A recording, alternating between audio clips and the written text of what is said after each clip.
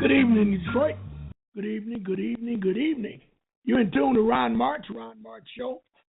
We're blasting our program today out of Detroit, Michigan, Northwest Ordinance Territory.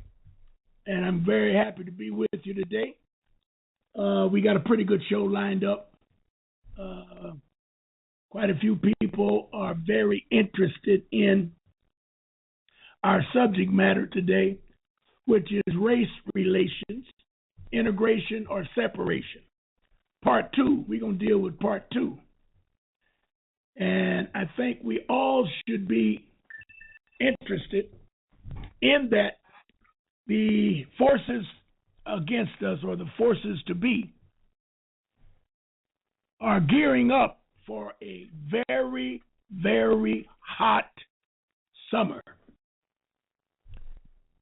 And I'm very, I don't really want to run it like it is, but it's not going to be pleasant. It's not going to be pleasant. We need to look at our history. You know, we're really getting out of who we are, where we're from. They're flooding us with so much information of success, as if we all can be successful. Your television is loaded with blackies. Your radio programs are loaded with blackies. The internet is blowing up with blackies.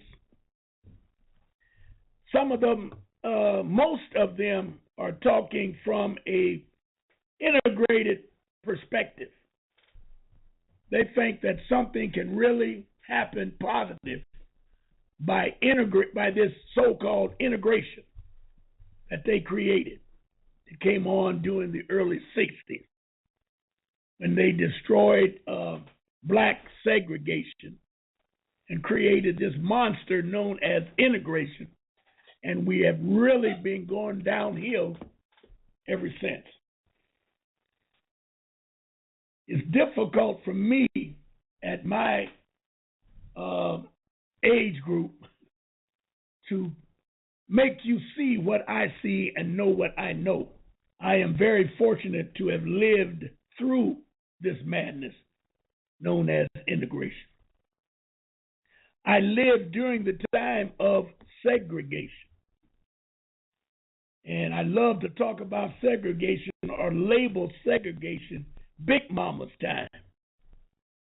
If we had the educated minds of today, back in the 30s, 40s, and 50s, we would have our land back today. They were given an opportunity, an honest opportunity, to come over here and set up a situation where they led our leaders, and no, not our leaders. They led, well, let me read what Noble Drew Ali said about it.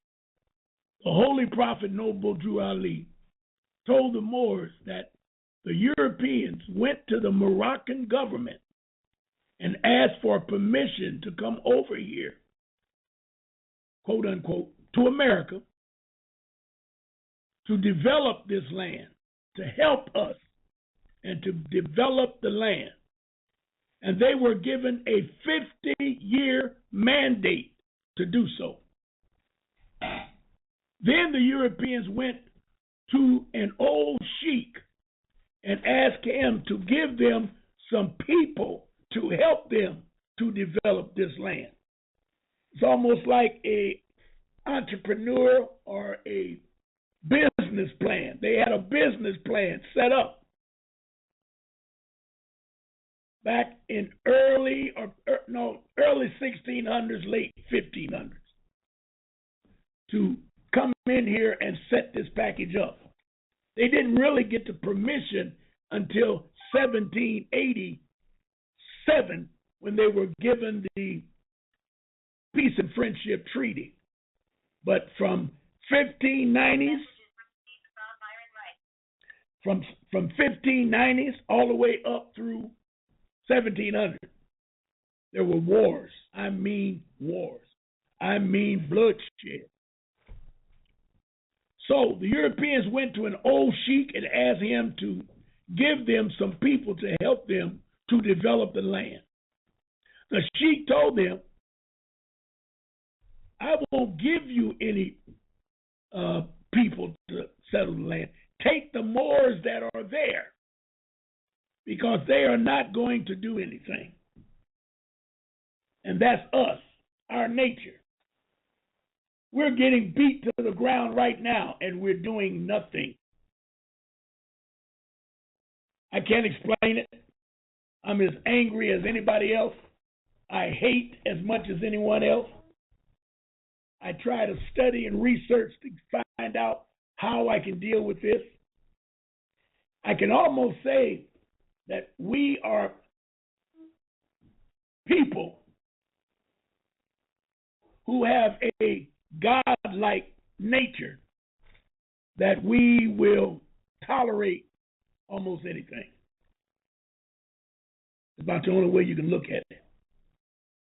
Because we have been given defeat after defeat from the so-called 1963-62 Civil Rights Bill, Civil Rights Act, Voting Rights Act, all of the bullshit, all of the madness that went into these so-called legislative positions and documents and statutes. And we're worse today than we were in 1959. Okay? So the sheik went on and told them to take the Moors because they are not going to do anything. This is a direct reference to the Treaty of Peace and Friendship. Why would we give them a treaty knowing that they were of no good? And when I say of no good, I mean of no good. They don't understand peace. And we have to be sure and look at, if we take the situation out in Spokane, Washington, this European female, notice how they strategically never use the word mulatto. Notice how they really tiptoe in the tulips rather than using the words racist, ugly, all the ugly things. These civil rights all-stars are egging you on to be angry at her. And if you stop and think, NAACP ain't been worth a damn anyway. To me, that's number one. Number two, the NAACP was founded by Europeans. Number three, the first president was a European. And the two henchmen who went out and orchestrated the membership were two of the biggest, well, let's just put it this way. They were the two Jews, the Spengard brothers, all white. We didn't get a black president, and I'm not really sure if he's in there now, but we didn't get a black president in the NAACP, or better yet, they did not place a black president in NAACP until the 70s. All of those other individuals were so-called secretary. I'm looking at that one that was marching with King. Can't call, last name started with a W. Can't call his name. Anyway, it doesn't matter, because the name itself brings on suspicion to me. National Association of the Advancement of Colored People.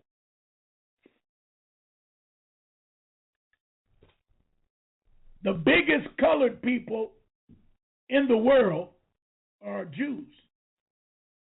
They were treated worse, and there was a reason. They were treated worse than black people. Why? Because the European couldn't tell most of the Jews were already in the system and working the system and helping their own people. Some were. They couldn't tell. That's why they hated. You know, the signs used to say, stay off the grass, niggers, dogs, and Jews. Something in that order. This ain't Ron March running this madness. So here we are again in a crisis. And I'm calling it a crisis because we have two of the largest or the biggest leadership in the black communities getting ready to set us up for slaughter again this summer. We have, on one side, we have the NAACP. I tried to read it. I couldn't get it, but I heard they were announcing on Monday, yesterday, they were announcing that they were going to march from Selma, Alabama to Washington, D.C., 868 miles. The other side, we have the Nation of Islam. Now, I don't recall Louis Farrakhan stating that it would be sponsored by the Nation of Islam as he did during the first Million Man March.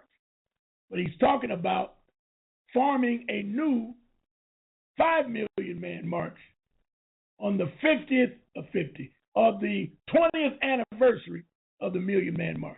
1995, 105, 115. 20-year anniversary of the March on Washington, or better yet, the Million Man March. The NAACP is celebrating a 50-year anniversary. I think that's what they call it. March on Washington. I'm upset about it. I am really upset. There's going to be some confrontation, so we just need to prepare yourselves for that. I hope not, because it's going to be a slaughter at Slaughterhouse USA if it happens. Remember Muhammad and Atlas, what's the name, Salvo. Remember those two individuals riding around in the D.C. area with a high-powered rifle shooting out of a trunk of a car. There were thousands of Europeans marching on Washington. Once that car got loose and them bullets went to flying out of that trunk, it went from thousands and thousands of marches to zero and zero of marches. They stayed home. Nobody ever looked at that. No, I haven't heard anyone explain that or even explore the possibilities of that being a fixed process. But I don't think anyone out there can call in here and tell me what happened to them two brothers.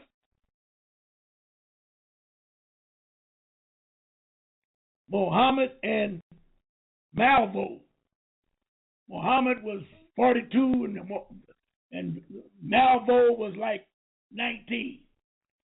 I mean, it was ridiculous.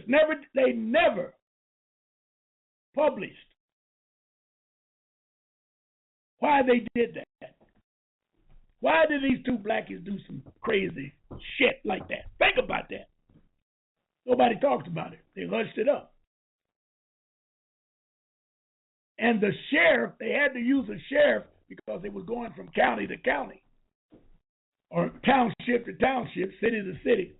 The sheriff was the one that cracked the case. He is the one that made it clear. There's something wrong here. This is ridiculous.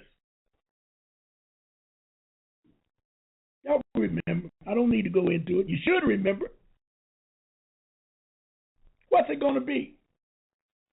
What's the relationship going to be? Integration, separation.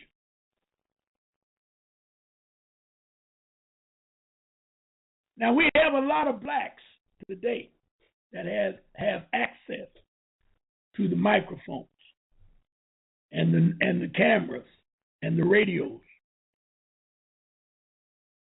And they're blasting a lot of madness out there.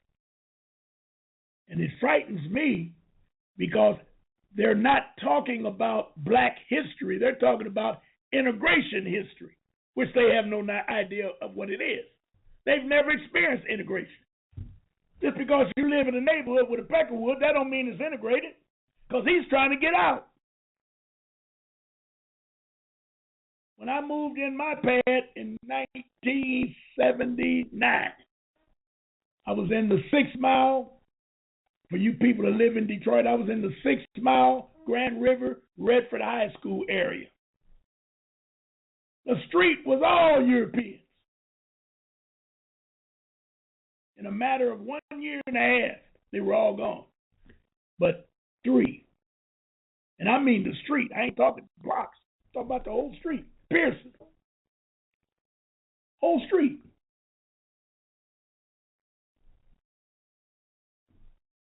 Unbelievable. And there were reasons why they were there. I don't need to go into it. I'm sure you college grads and you social workers and all of that, y'all can figure that stuff out. But everything has been done by design. That's one thing you need to get in your head. Now, in part 1, I made it clear. If you want to be free, and we're going to talk about it a little more today, there's only 2 things you need to know. Where did the United States of America come from? Where did it come from? And number 2, what are those papers that you females, what are those? Have you read those papers that you sign when you deliver your sibling? Have you ever signed it and reserved your rights? If you can write reserve my rights, you can write UCC 1-207, UCC 1-308. You're reserving your rights. So when you do become, and then count the times you sign your signatures. It's just like when you buy a house, a home. You sign and initial so many papers. I bet you right now you have no idea how many you signed. Everything is a game because you're in a huge process known as monopoly. If you haven't played Monopoly, you need to go online and read about it. It's a game. All up to and including the fiat money that you get. Yes. So, we got all these individuals trying to explain things. Where they come from, all of a sudden they can bring blackies out of everywhere. A year ago, 2 years ago, everything was white on TV. You never had an opportunity to discuss news. You don't have that opportunity now, to tell you the truth. I like the way they set it up. They'll put a blackie in the chair, and he'll bring up ISIS, Syria, Turkey, and then he'll say, we're going to Fred Johnson from NBC headquarters. How come he don't know nothing about it? How come Fred Johnson, who is a controlled individual, when I say controlled, he has a pre-written script on what he's going to say. And he's only going to tell you what he wants you to know. Edgar Rice Burroughs had the right idea when he created Tarzan.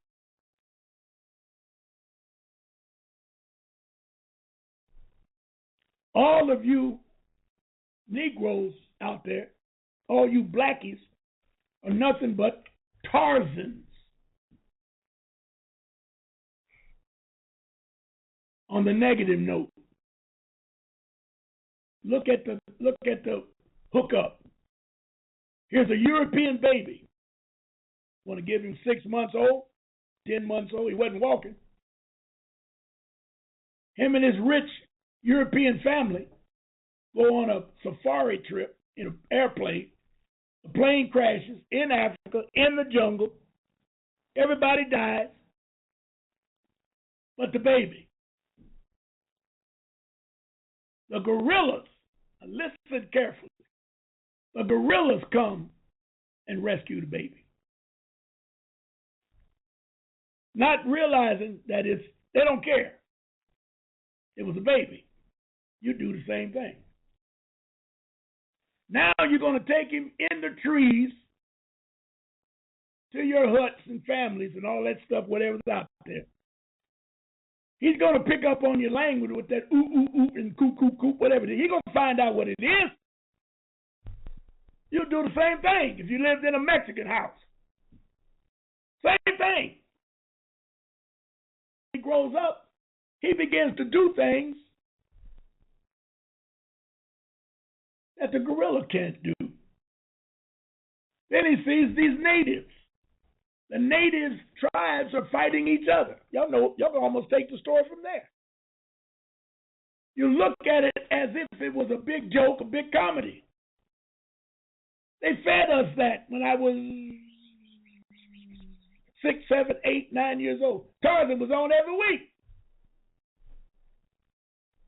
And they showed the white man ruling over a bunch of natives who were born in the land, and the whitey knew more than they knew. What's happening to you today? You were born in the land. You are indigenous Americans. European come over here. My hook or crook took over everything, made you go to his school, and taught you to be a gorilla. Every one of you. Don't try to act like I ain't talking to you. I'm talking to every one of you out there. PhDs, high school grads, high school dropouts, bachelor's degree. It does not matter. It was all controlled by the European. He taught you what he wanted you to know. You're the biggest dummy in the world, and what they did for you was rewarded you. The dumber you got, the more reward you got. And then when you became super dumb, they called you a professor. Now you think you know every damn thing. And don't know shit. Yes, don't know a damn thing. None of you. Think about it. You sit up and negotiate on your freedom. This is your land. You came from over there. If you look at the statistics, it's totally impossible to bring millions of slaves or so-called Africans out of Africa. You have no idea how they survive. They don't teach you that. They just tell you they put them on the ship. You even go over there to Ghana today. They got slave castles. And they show you where they bring them from the inland into bullpens. And as you move up in the bullpens, you eventually go into the castle. When you get in the castle, you're set up for the next ship. You go down in the basement light and go out through a tunnel. And they tell you that they had to close the tunnel because black folks from America psychologically are claustrophobic, and when they go through the tunnel, they hear screams of their ancestors. God almighty. I saw it. I ain't telling you something that somebody told me or something I read. I was over there. I was over there for 11 days in Ghana, Accra. The whole Tarzan syndrome is right there. It's the damnest thing you ever seen in your life. No one can explain how they brought all these slaves over here. No, you ain't never seen, just to show you how stupid you are, at any level, you ain't never seen a slave ship. Hey, you heard what I said? That European brags on everything he has made up and created. Stagecoach, Wells Fargo, the rocket he supposedly sent to the moon, the first automobile in all of them, first sewing machine, all of that madness that he stole and took for himself and told you he did it. European ain't never done a damn thing, but he told you he did it.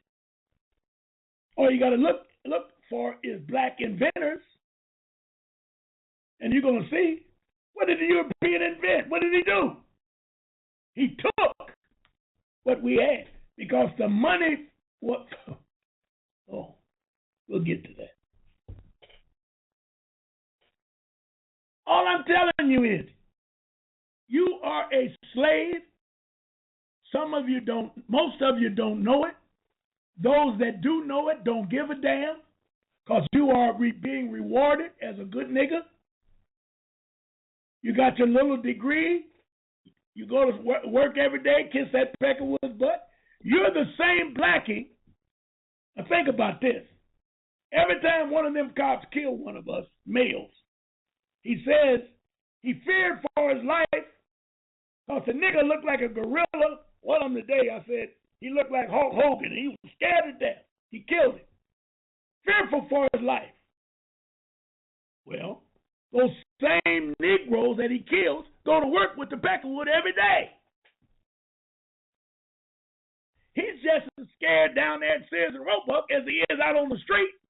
Only difference is the street punk got a pistol and a right to kill.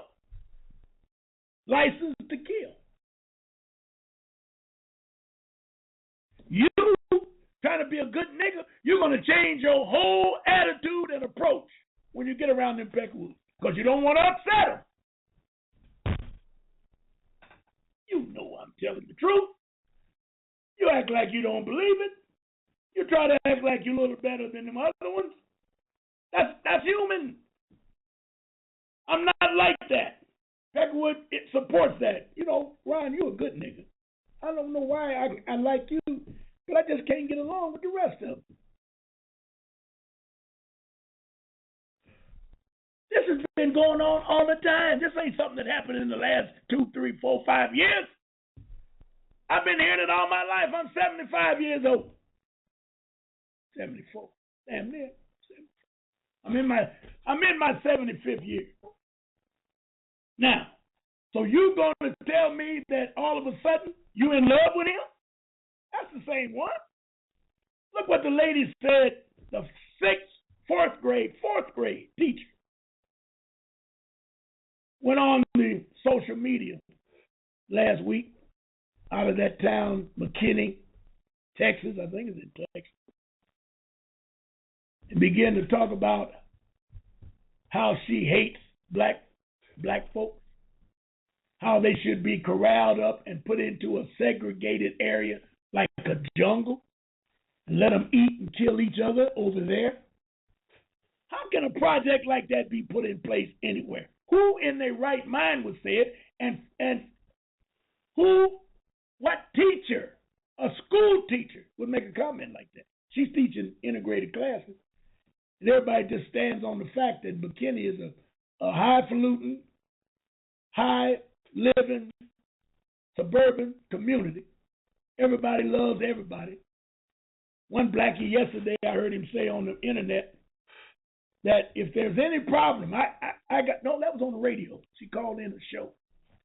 I've been to McKinney. That's in the Bible Belt. And I tell you this, if there's any problem down there of any racial magnitude, they will get rid of them. They're going to stop that. Somebody should slap the shit out of that lady. That's what they should do. Think about it. This is a sergeant with a police career. He's a career policeman or enforcement officer. He had 10 years on the state, 6 years in McKinney. And she's running some shit like that. Where does this black woman come from? Or what is she looking for? To change her lifestyle and live like them to make them happy? So if they happy, she's happy. That's that old Angel Mammy mentality. Don't look at me. I'm just telling you what they're putting on the news. That's what I see.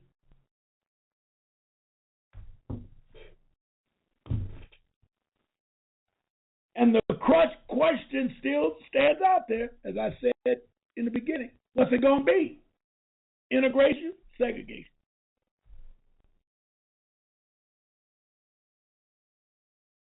Now, the bottom line in what I am talking about today has nothing to do with gunplay, violence. None. You're not going to win. And I ain't a big enough idiot to try to even talk in that area. Yes, I'm angry. I'm more mad at you than I am them. Because you won't read and educate yourself. If you did that, you could free yourself. You wouldn't have to worry about the police officer.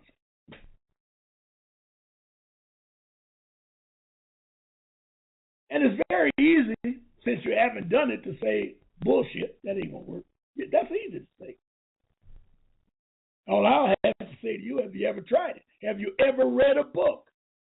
Have you ever researched who you are? Have you ever asked one question? How am I and my family in this predicament? We all understand the family structure. That didn't come from the European. We had that before that punk even come on earth, before he was even made. Not created, made.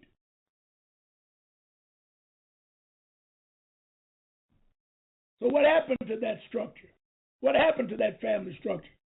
Why is it today we got grandma, 65, daughter, 45, granddaughter, 25, and great-granddaughter, 10, 11, in one house? The only man are their offsprings. How did that happen? Yeah, you can easily say, well, man ain't no good. Yep, that's a good answer. You can also say, well, he just got what he wanted and he left. That's a good answer. We got to take responsibilities for all of our actions. He can't get what you don't give him. And you see he ain't working, so he ain't worth a plug nickel. What can he do for you? For you to get in that predicament to whatever. Structure. This is something that your grandma taught you. I know Big Mama taught me and my sisters. Above and beyond my mama, she didn't care nothing about my mama. If she had something to say, she said it. What would Granny say today with them old big them spikes? I guess Granny called them spikes. Them old high heel shoes, so damn high the chick got to lean forward and stand up. I know, but here's a problem. Nobody can deny this. Eventually, her feet and her legs are going to go get bad.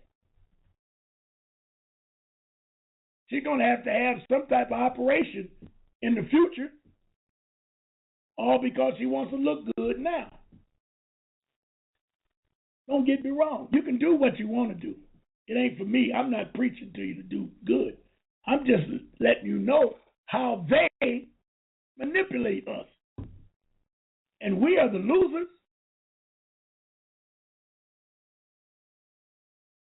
One of those women, granny, daughter, granddaughter, great-granddaughter, bring a man in that house, what kind of chance you? And he's got a job and a car. What kind of mess is going to go down in that bed?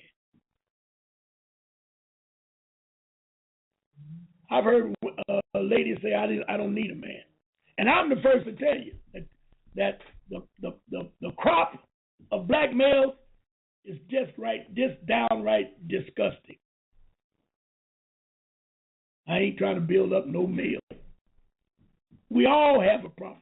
All of us should be on someone's couch because we're nothing but a Tarzan.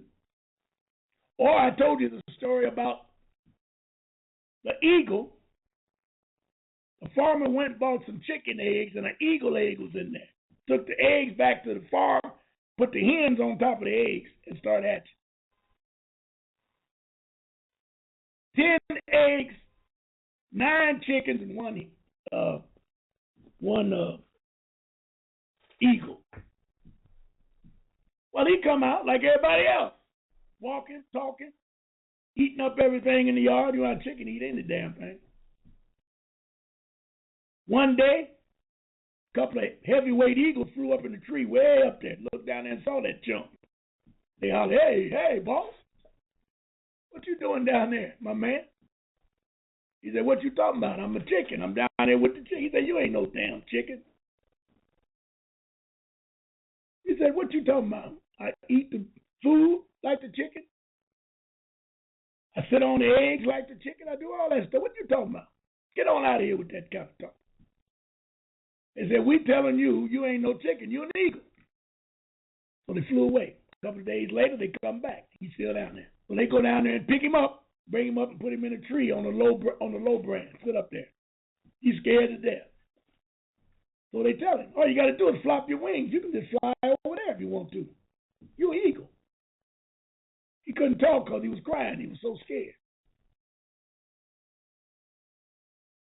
So they took Chump back down and put him on the ground. They said, we're going to be back.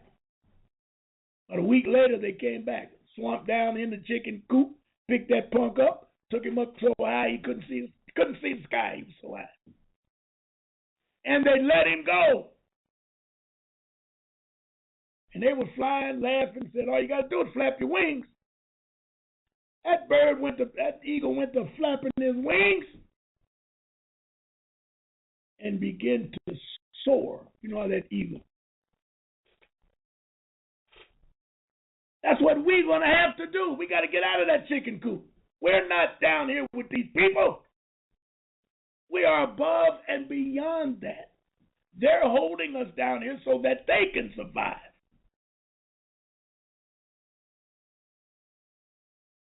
As far as to file bankruptcy with a sophisticated scheme, labeled it the New Deal, 1933,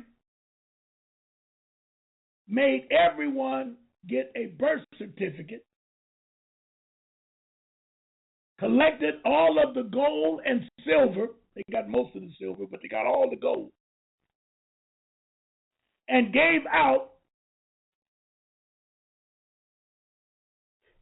the Federal Reserve note, monopoly money, and told everybody, this is good money. This is real. So in 1933, nobody was taking trips abroad and traveling because you didn't have a car. There was no job. There was no industries. So what did they do? As long as they can keep consumer confidence in the fact that the monopoly money can get whatever they want, they could control the people. It was a scheme, ladies and gentlemen. And it didn't start in 1933. It started in 1871 when they created United States of America. It took from 1600 to 1871 to create this monster of a corporation, the slave-driving corporation known as United States, Inc. United States is not a country. Most maps will show that you're talking about America, North America. There's no United States. The Pope even announced it a couple of weeks ago. He's coming to America to be here, supposed to be here, I don't know, whatever. He ain't mentioned the United States because it don't exist. To get free, you need to listen to this type of language because freedom is not free.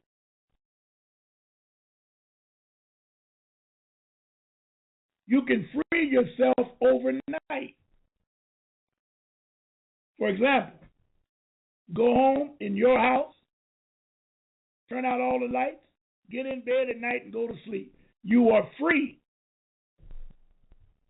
Almost. I hate to even run that. Because they decide to come in there and get your ass, they're going to kick that door down at night and come in there and snatch your butt out of there. You don't have any rights. Slaves do not have rights. Slaves have privileges. and benefits. But my point I was just trying to say, as long as you keep your eyes closed, you're free. Open them up, you're a slave.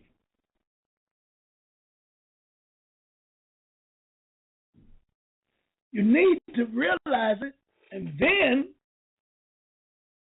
ask yourself, how am I put into this position? I was born free. How did they do this? You can't destroy it if you don't know what they did. And they have taught you not to ask questions. Think about it. When you was in school, and I probably can give you the grades, like from 7 to high school junior. From the 7th grade to a junior. Anytime you ask questions in a class, you got to frown or don't ask that question. We'll get to that later. You could pass by sitting there and don't say nothing. All of them dummies that sit and said nothing, they all pass. You get a bad grade because you asked too many questions. And it wasn't a sin. It was the fact the teacher couldn't answer them. And they wanted to train you to not challenge the system. What I teach you, you take it and you can be successful. You're right. You're teaching me to be a slave. Keep my mouth shut. Don't buck the system. Go along to get along, and you can be successful. Step out of line, your ass is great. Think about it. I don't even know y'all out there. But every one of y'all went through the same thing. If you didn't do it then, you're doing it now. Your daddy went through it. Your granddaddy went through it. Yeah, buddy. I quit school. I'm bragging. Yes. Sophomore, I slapped the teacher, told him to go to hell. He was teaching me geography. I couldn't figure out what the hell he was talking about. Sine, and what's that other one I can't think of? SINE and something else. It don't make sense. How can I use this? What are you talking about? It just didn't click. He tried. I got to give him credit. But it didn't click. I was dummy. I said, I don't need this. I can sing. I can play the drums. I can play saxophone. Hell with this. Went out and formed a band at, 16? About 16, 15, 16. Kept money in my pocket. Dreamed about coming to Detroit. They say going headed for Broadway, on Broadway. But we all have those dreams. It ain't just me. I'm just telling you what happened to me. But now they fixed it so they fixed the dream in your head. All them young boys want to be rappers. Who ever heard of such madness? They control the beat and the lyrics of rap. Those that go out and create the art of rap, there's no market for it because the Europeans or the Jews that own it, Italians that are in that music industry, they keep the money in the destruction of the Black America. The only reason Motown was successful, the only reason, in my opinion, Richard Nixon he said it best.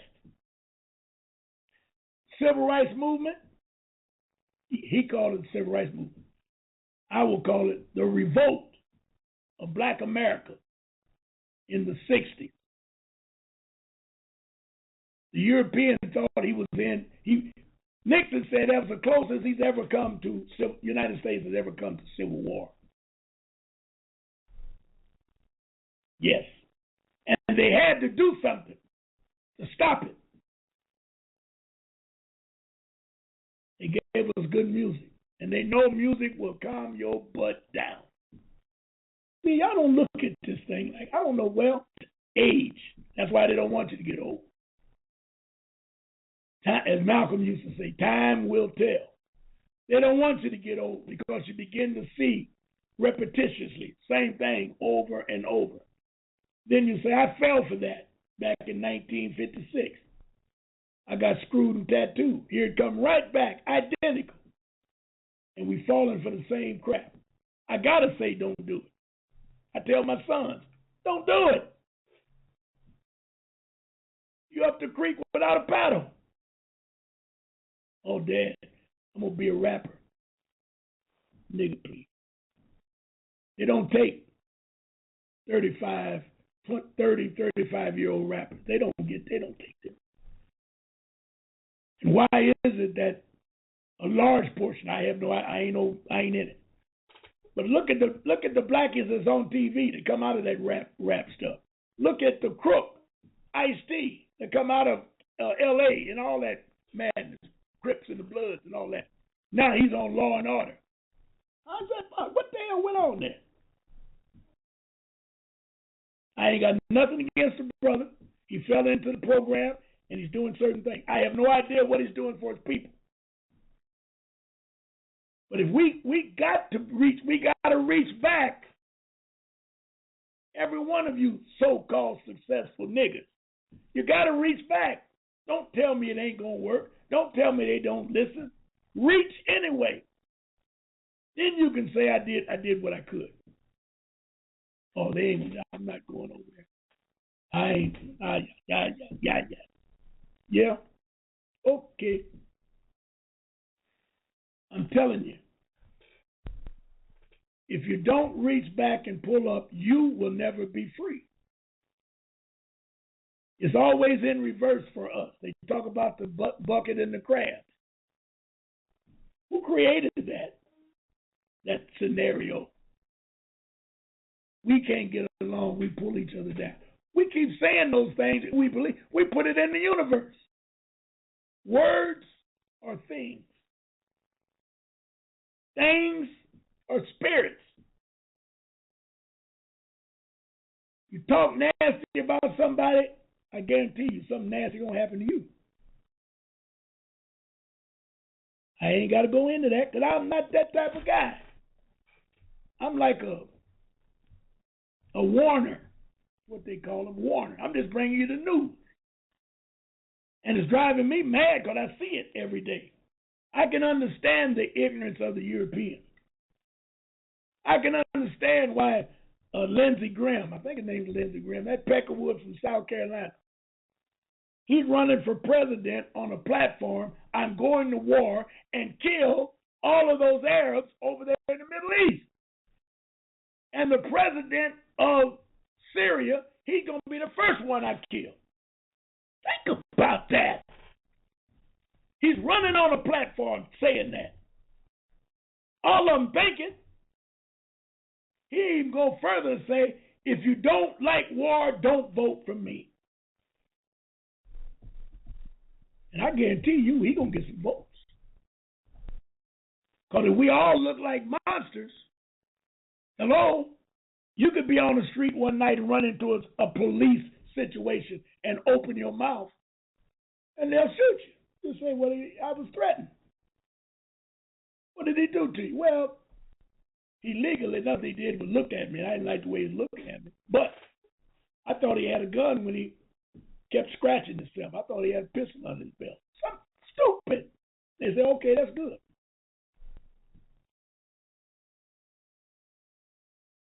Y'all better listen to me. Because you won't be able to say, I didn't know. You mothers, you need to talk to them boys. You need to get your brother or some community group, males, to help you deal with them thug, buzzard head individuals. But the war is going to be between the youth and the structure. Why? Because the youth are not afraid. We were taught to be afraid. They keep putting fear into our minds and psyche. Putting on TV all the negative. And the last one that I can recall that that thug-ass policeman that threw that 14-year-old girl down, some blackie had the audacity to say, who was that? I think that was on the black television show here in Detroit. If she'd have kept her mouth shut, that situation would have never developed. And I look at him and say, bullshit. It was developed when he got out of bed that day. It was developed because with him being so negative, look what he attracted during the day. 2 suicides. 1 complete and 1 attempt. Like attracts like. Idiot. So he went to the 3rd crisis and, hey, the devil was in him. Help me, somebody. The hell is going on here? And everybody sit back and look and act like, oh, that's a shame. He knew that he was wrong. She should have. All of that bullshit. The kids didn't have a chance. And look at the people that are involved. 2 females started the fight. I think they were white. I'm not sure. But it was 2 female adults started it. And let's not forget, the first one, the policeman resigned, but the first one that got fired was a female that worked for American Bank of America. They come out with a big statement. They don't want nobody with that type of attitude working for them. She should sue them. She was on her off time. But you see, they do not have control anymore, so everything is gone haywire. All of the rules, regulations, and training are outdated. They don't know what to do. They used to go get a nigga like they did in Ferguson. Somebody tell me what happened to that captain on the state police. Where that nigga at? Ron, I want to say Ron Wayne, but I don't think it was Wayne. His name was Ron, I think. Went and found that and brought him in charge of all of them. He could only do so much, but his job was to keep the black people down and quiet. Wow. Europeans want to live. Their heaven is on earth. Who lives better? Y'all tell me. Who lives better? All you got to do is look at them on TV, listen to them talk. Them Peckerwoods got money. They got bank accounts.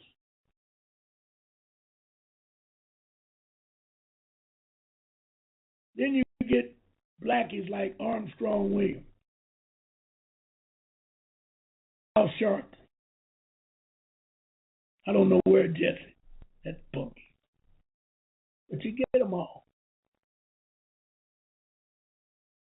And they sing and sing, they say and sing the same tune.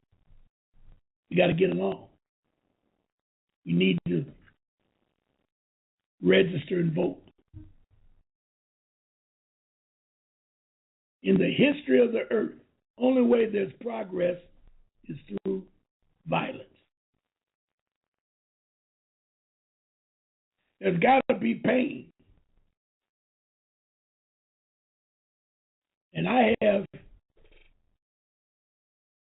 a plan. I just told you what you need to do to get free. All you got to do is start right there.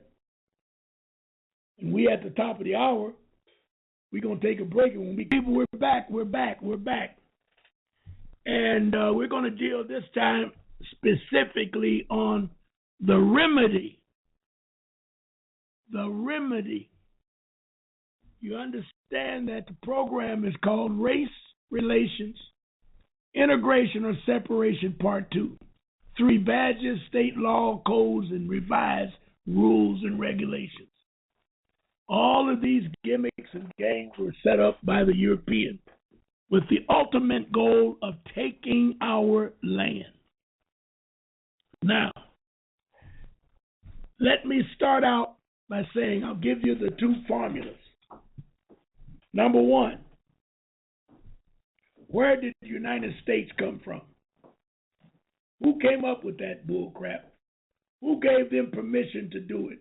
What authority do they have for setting up so-called United States?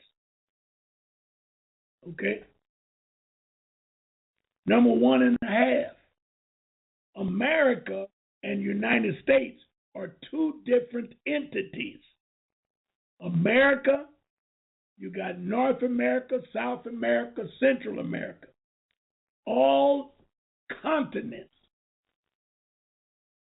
United States is nothing more than the 13 colonies who were given permission by the Sultan Moroccan ruler to set up for England. King George III set up a network of commerce.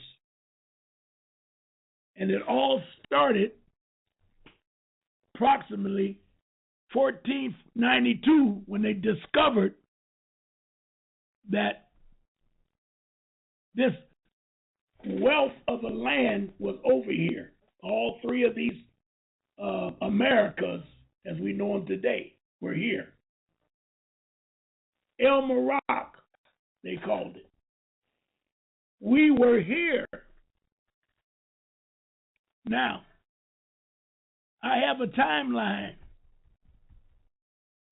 I have a timeline for the first Americans timeline.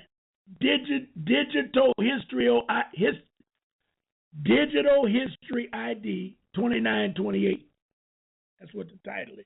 First Americans timeline. It starts back in 80,000 BC. And it comes up to 1492 when the Peckerwood showed up.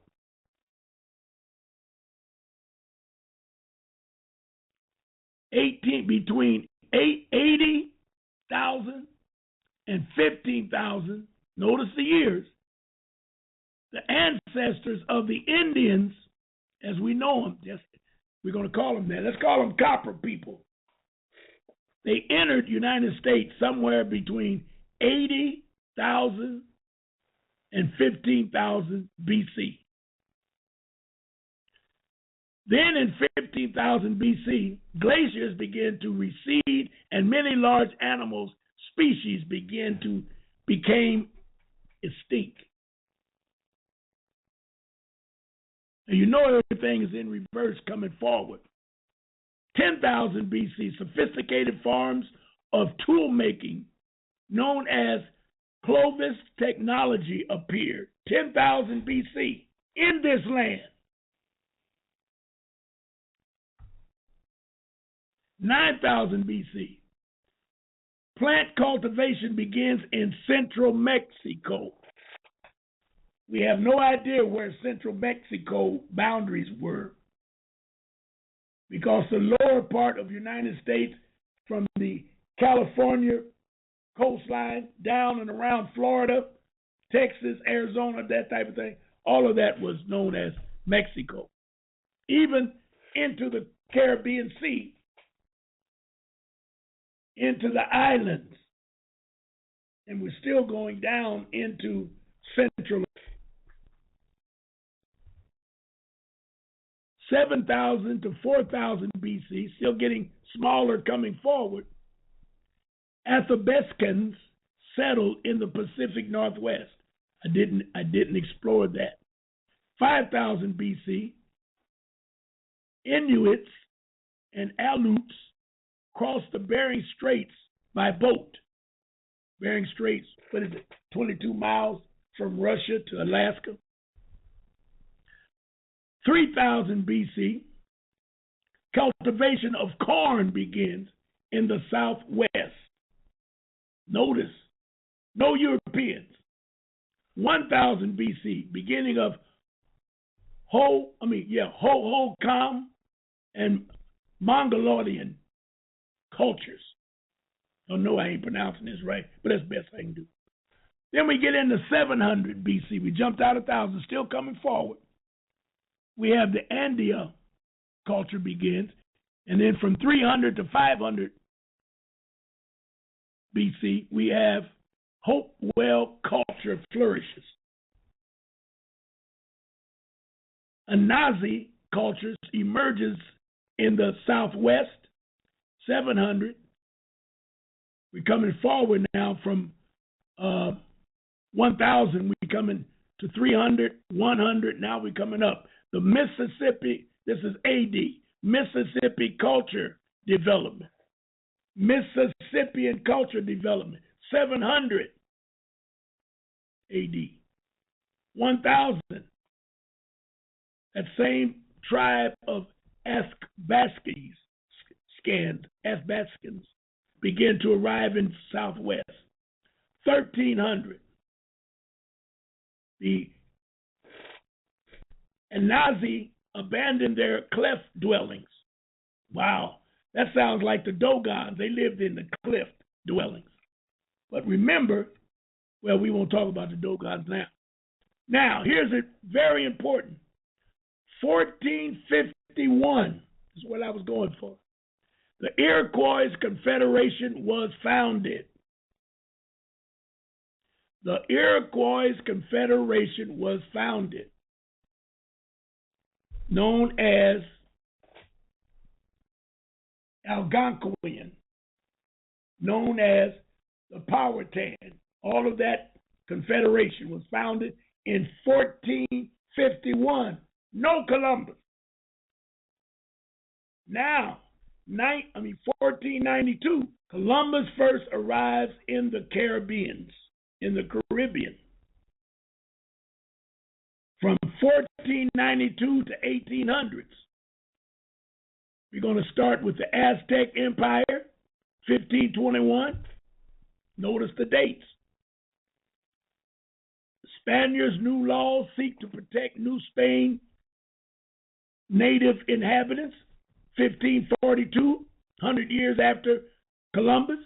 1446, Spain repeals the new laws prohibiting Indian slavery.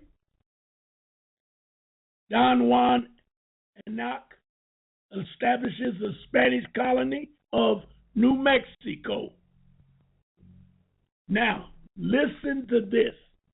In 1622, Chief Acapechu, oh, I know if that brother listens, he's going to say, go get it, Ron. Acapechu, the chief, Pocahontas' grandfather. It says, Acapechu leads assault against English settlers in Virginia, beginning 12 years of warfare. Go up in 1492. Acapechu attacks them. There's a history on Acapechu. If you want to look him up, let me give you the spelling. O-P-E-C-H. O-P-E-C-H. A-N-C-A-N-O-U-G-H. Acapechu. Spell it again. O-P-E-C-H-A-N. C-A-N-O-U-G-H. Acapechu. That was in 1622. In 1634, English settlers defeat Acapechu. In 1638, Pequot Wars, which is very important. 1675, King Philip's Wars begin. Colonists defeat southern New England Indians. And in 1676, and the northern New England Indians in 1678. They were fighting like cats and dogs to establish themselves in the so-called colonies. 1680, Indians of New Mexico rise up against the Spaniards in the Pueblo Revolt, Spain reconquers the territory in 1692. 1700. Listen to the years. Plains Indians adopt the horse. They claim that the Indians never had horses. The Spaniards had horses. And when they ran the Spaniards off of the mainland, they left the horses. Tuscarora War in North Carolina, 1711 to 1713.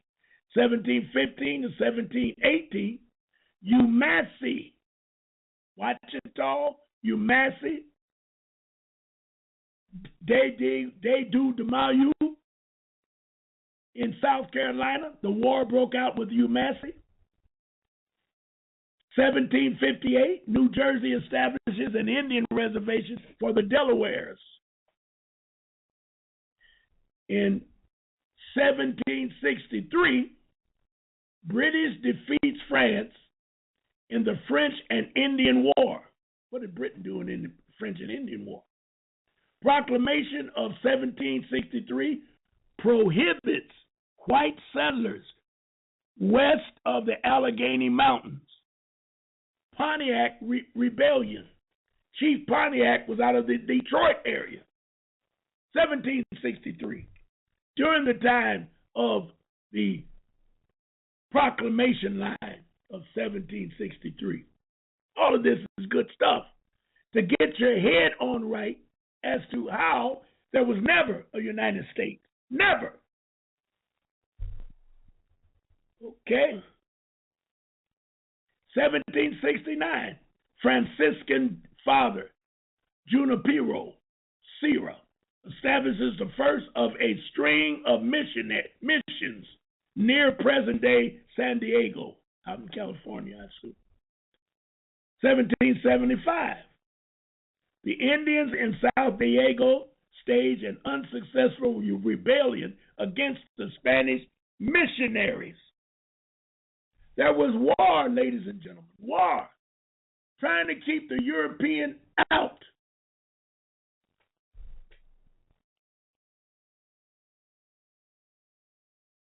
In 1794, Battle of the Falling Timbers, which compels an Indian coalition to sign the Treaty of Greenfield, ceding land in Ohio to the United States. Time is mentioned is in 1794. And they had to sign a treaty, and they had to defeat Chief Pontiac. If you ever come to Detroit, I can show you his grave, his Michigan historical sites, and where the battle took place at, I think they call it Deer Run. I've been there. 1800 to 1900 to 1900. 1808, the United States moves Cherokees in Tennessee to Arkansas. Here we go with the devilment. The United States government. In 1811, at the Battle of Tippecanoe, William Henry Harris defeats an Indian alliance led by Shawnee Prophet. Can't pronounce his name. We don't worry about it. Tecumseh dies in the 1813. Tecumseh dies in the Battle of the Thames during the War of 1812. 1814, Andrew Jackson defeats the Creeks of the Battle of Horseshoe Bend. All of these were wars for land, to take the land from us. 1860, land cessions by Chickasaw, Choctaw, and Creeks. 1816 to 1818, First Seminole War in Florida forces Spain to cede the territory. Get the hell out of here. 1819, land cessions by the Cherokee. They fighting like cats and dogs. They call it I never can call that name of the wars. The Gullah Wars. If you want to know about these wars, Look up the Gullah Wars. Okay? Further land cessions by the Choctaw, Creeks, and Seminoles. The Bureau of Indian Affairs is established, 1824. Cherokee Phoenix newspaper begins publication, 1828. 1830, Congress passes the Indian Removal Act. We're talking about United States,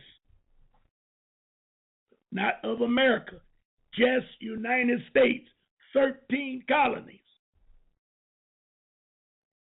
1831, Nez Perce send a delegation to St. Louis to ask for teachers, sparking an influx of missionaries into the Pacific Northwest.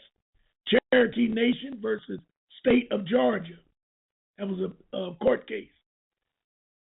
Sauk and Fox Indians unsuccessfully seek to recover territory in Illinois during the Black Hawk Wars. Versus State of Georgia, the Supreme Court rules that the federal government, not the states, has jurisdiction over Indian territories. Okay? 1835, Second Seminole War begins, lasting 7 years. 1838, Cherokee removed along the Trail of Tears. 1746 to 1764, Navajo warfare, they broke out. 1851, Plains Indians agreed to confine hunting to specific regions. So these wars go on and on and on and on, fighting for the land to maintain control. Don't let them tell you they ain't said nothing about no slaves coming in here. We in 1854 to 1890, the Sioux Wars break out. From 1861 to 1900, Apache warfare breaks out. From 1864, Sand Creek, Colorados are massacred. 1867 to 1868, U.S. demands that Plains Indians be moved to reservations. Notice, United States, there's no A behind it. 1868, Colonel Punk as George Armstrong Custer attacks the Cheyenne village on the Ouachita River in Oklahoma, killing more than 100 people. That's when they killed Chief Black Kettle. Look that up, Chief Black Kettle. Woo! 1871, Indian Appropriations Act ends the practice of treating Indian tribes as sovereign nations.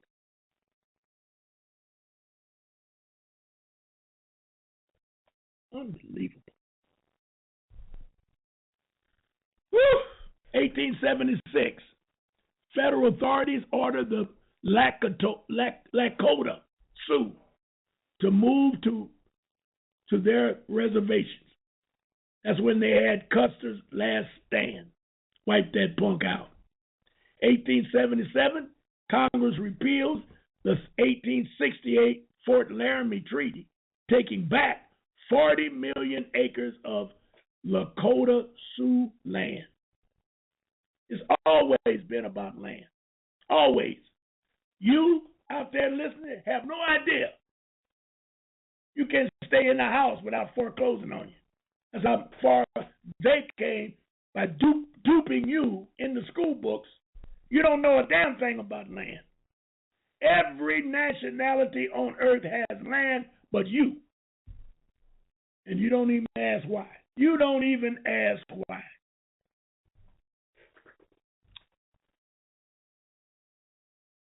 (1879 to 1884), Lakota children begin the first to attend the United States Indian Training and Industrial School, a boarding school in Carlisle, Pennsylvania. Wow. 1880, Sitting Bull returns from Canada after kicking Custer's ass at Custer's last stand. 1881, Helen Hunt Jackson, A Century of Dishonor. Helen Hunt Jackson's A Century of Dishonor. I don't know what that's about.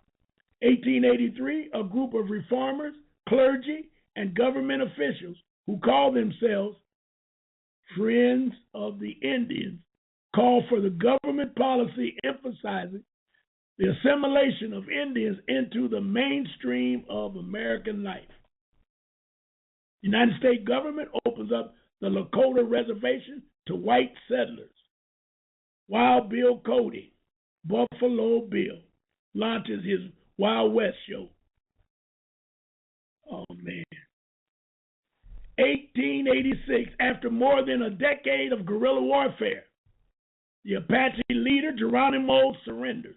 1887, Dawes Severity Act provides individual Indians with up to 160 acres of land, their own land. He's going to provide individual Indians. The remaining tribal lands are sold. By 1934, Indian landholders have been reduced from 183 million acres to 48 million acres. I was told recently that Dawes were Moors. They were the Days. They were called Dawes sometimes.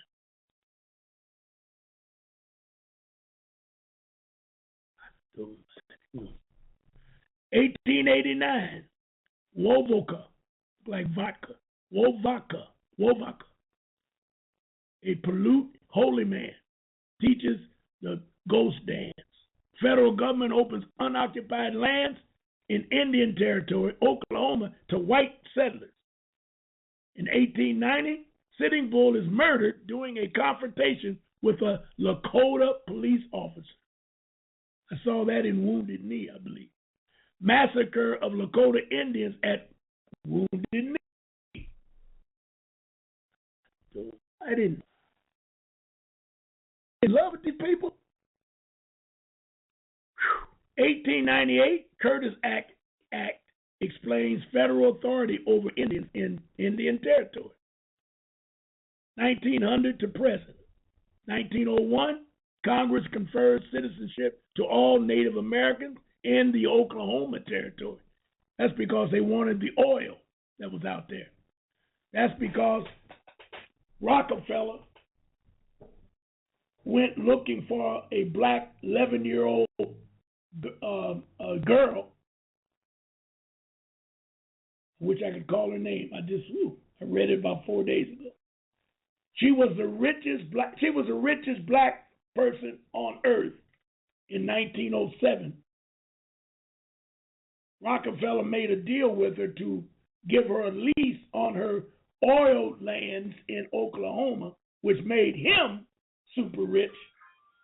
And being so rich, he had to figure out.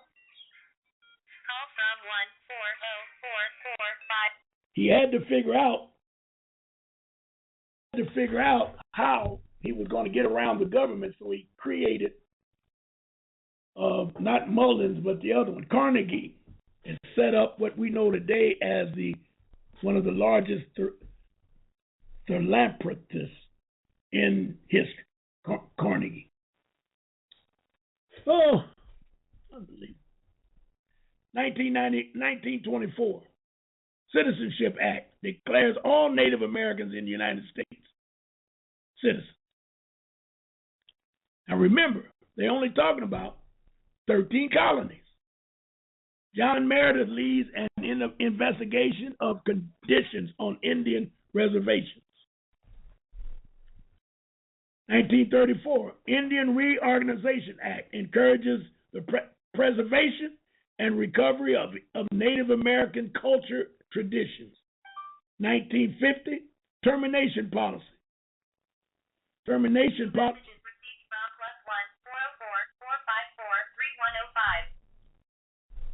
Yep, don't worry about it. We got it.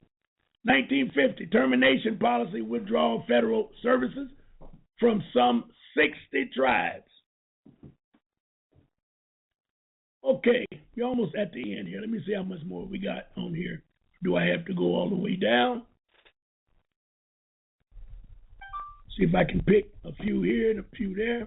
They're all talking about the Indian.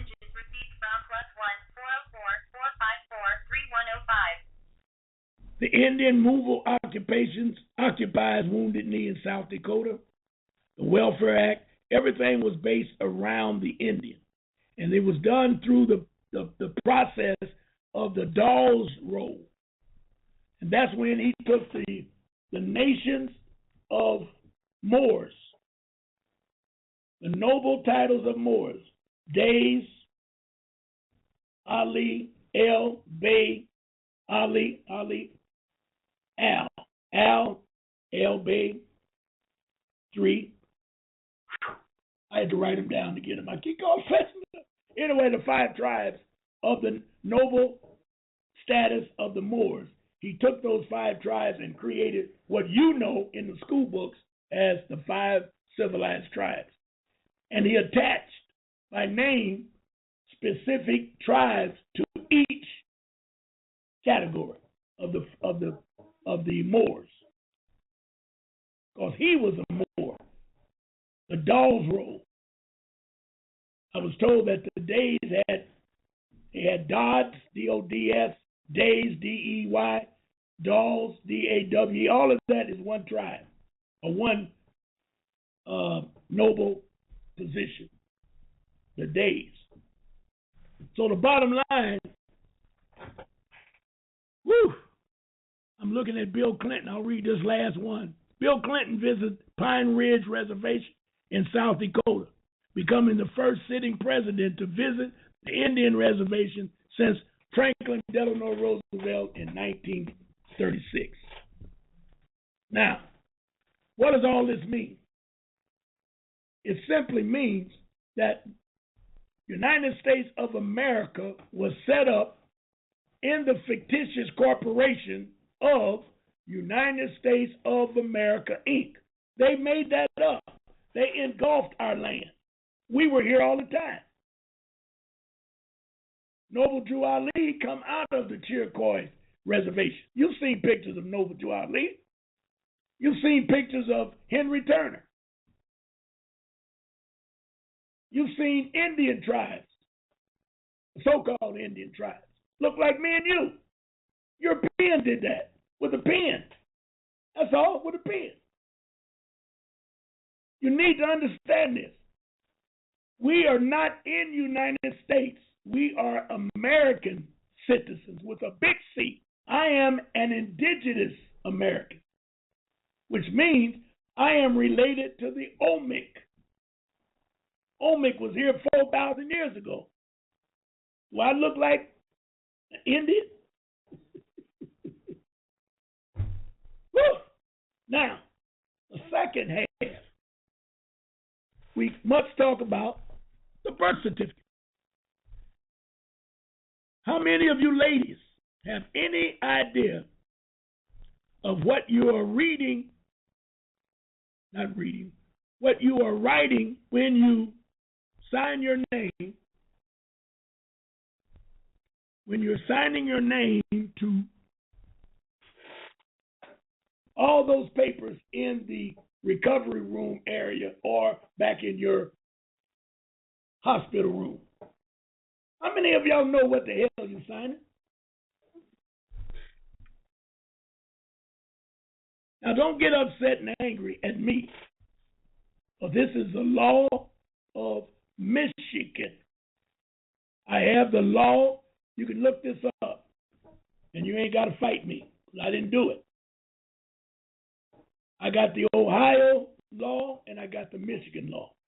Here's the Ohio law. It's called Ohio Revised Code 3705.11. Ohio Revised Code 3705.11. It gives you what happens to the mother once the child is delivered. She is the ship. When she leaves home, she leaves the foreign dock inbound to her delivery. When she gets to the hospital and goes through all the checks and balances and all the contractions, and y'all know what I'm talking about. When it gets to the point of delivery, she's down there in that area to deliver the child. The child is known as cargo.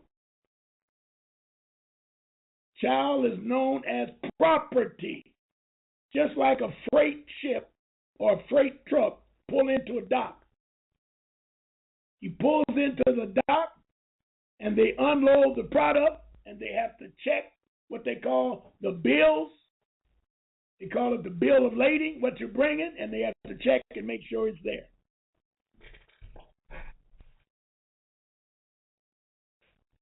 Now, I can read, let me read quickly what it says in the Ohio Revised Code.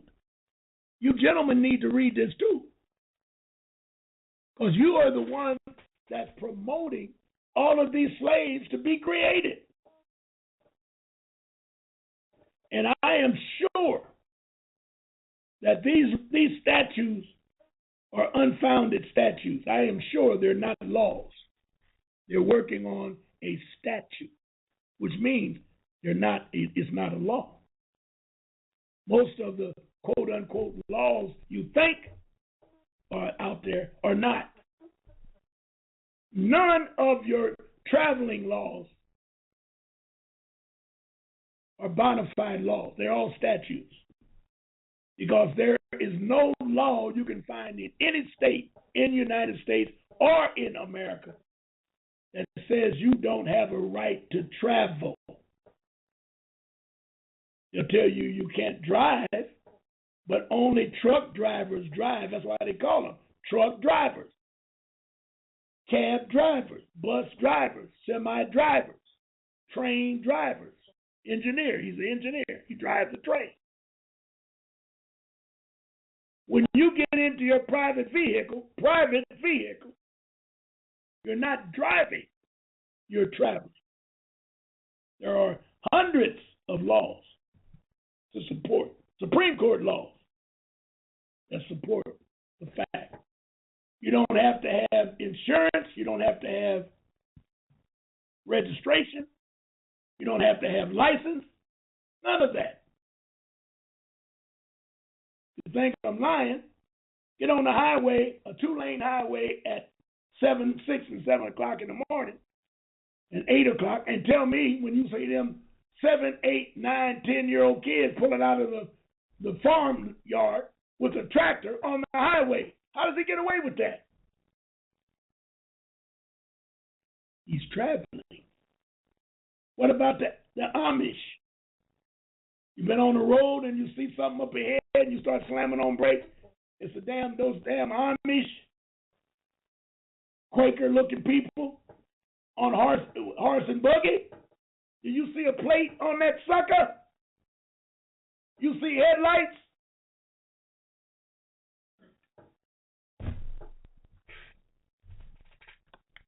Oh, help me, somebody. Okay, it says, did I do that? Should have. I didn't. And I didn't. Oh, I'll do it in a minute. All right, it says, whoever finds a living infant of unknown parentage shall immediately report such finding to the local registrar of vital statistics of the registration district in which the child is found on a prescribed form which shall state A, date of finding, B, place of finding, C, sex of child, D, race of child, approximate age of child, F, name and address of the person or institution with whom the child has been placed for care. The place where the child was found shall be known as the place of birth, and the date of birth shall be determined by approximation.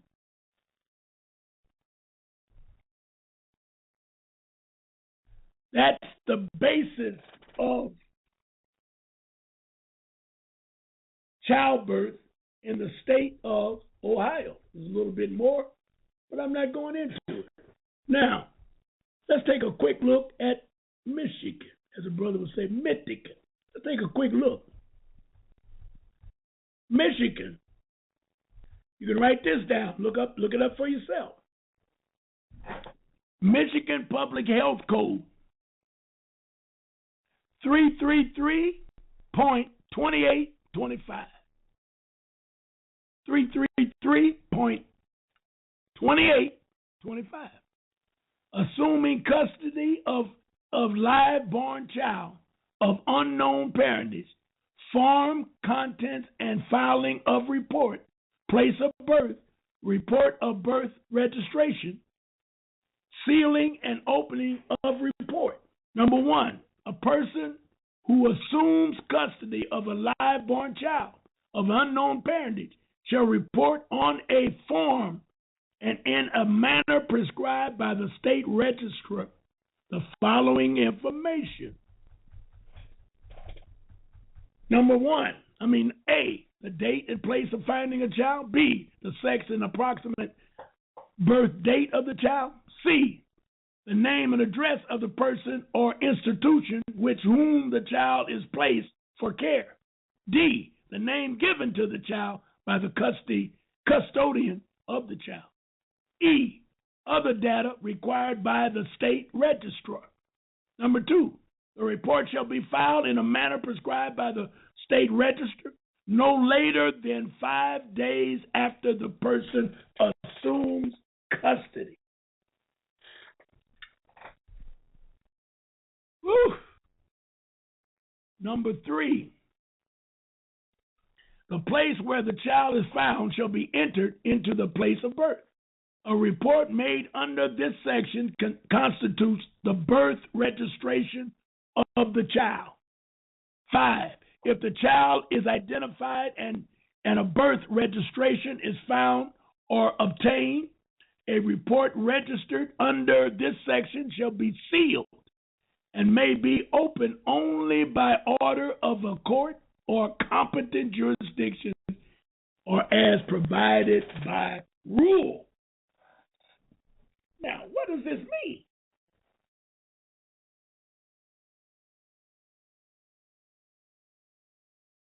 You guys think about that. It means, number one, the mama is a kidnapper. She found the child. She gave the child to the registry of deed. She gave the child to the Department of Vital Statistics through the paperwork of her signing those papers while she's in the hospital.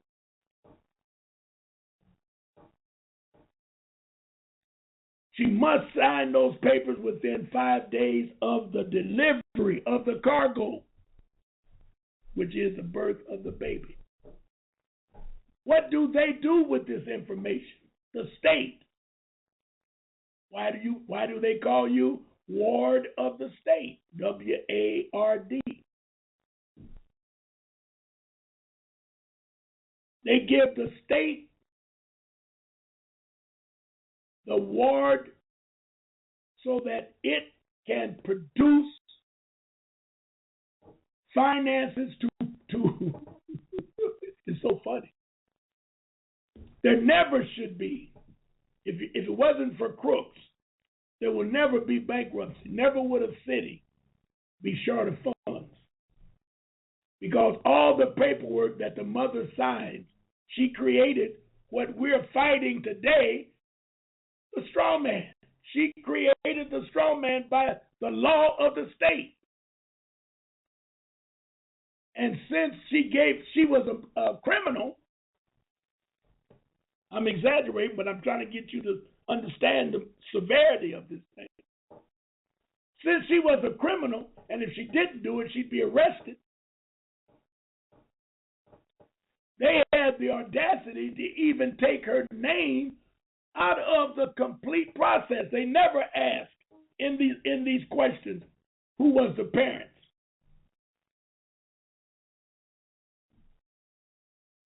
They don't really care.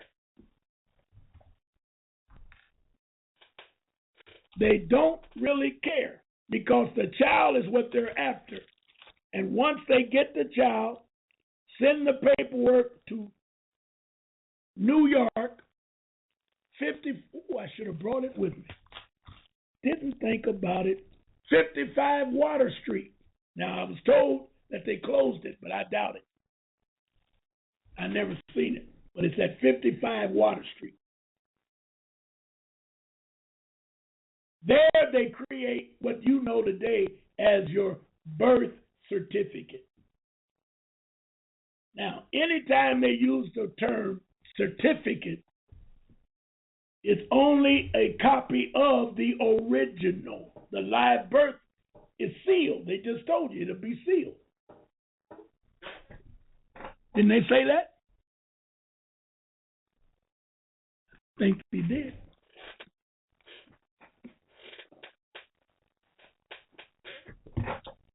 It said, okay, number 5, if the child is identified and a birth registration is formed, birth certificate, they're talking about the registration, they're talking about the real McCoy, the authenticated McCoy, not authenticated, but the real McCoy.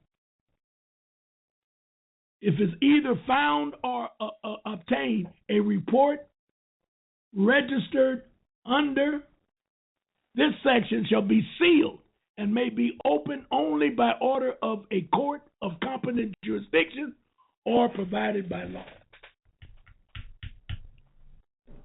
Hello? So what does this mean? Your mama created, gave you up to this evil trust known as Siskiyou Trust account. Siskiyou Trust account. Now, it's evil only because it does not contain the 3 items that all other trusts must have by law. All trusts must have a donor, a trustee, and beneficiaries. Y'all know that. A donor or benefactor, a trustee, and beneficiaries. This baby don't have donor because they took it from the mama. She was a crook. She found it and gave it to the state. So it only has trustee, which is Queen of England and the Pope, and the beneficiaries are all 14th Amendment citizens. Man, I'm telling you, this is some deep stuff. Deep. But it's simple. And I'm telling you, all of this stuff that you're getting, not from me, Jonah Bay, Yusuf L., I can't even call them all. You know what I'm talking about. El Kim, all of these things you're getting. If you don't understand these 2 factors, you might as well stop right now because you're going to get in trouble. If you don't know that there's a difference between United States and America, you're lost. Because all the knowledge comes from that base.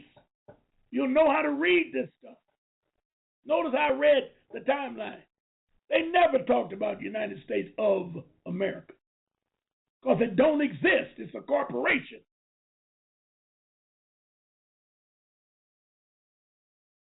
They use trickology to make us believe that it's all one. I don't know what else to tell you. So, tomorrow night, wow, I talked to Beverly D today too. You're going to have to look at the posting to see what the topic will be, but we'll be on tomorrow at 6 o'clock. I also want to remind you, and I may talk about, yes, I will, I'll talk about it tomorrow. Juneteenth, we're going to talk about Juneteenth tomorrow.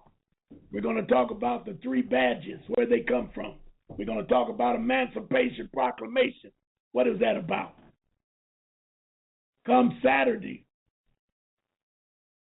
the Moors in Detroit area are having a cookout, but it's going to be a cook-in. It's on 11,000 6 Mile, the building that my office used to be in, on the 3rd floor from 1 to 5 o'clock.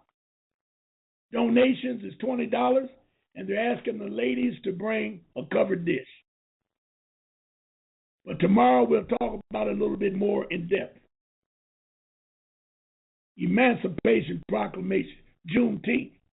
When they tell you these Negroes down in Texas picked cotton for 5 years after signing the Emancipation because they didn't know they were free. Some old crazy madness. So until then, let me say I enjoyed it tonight.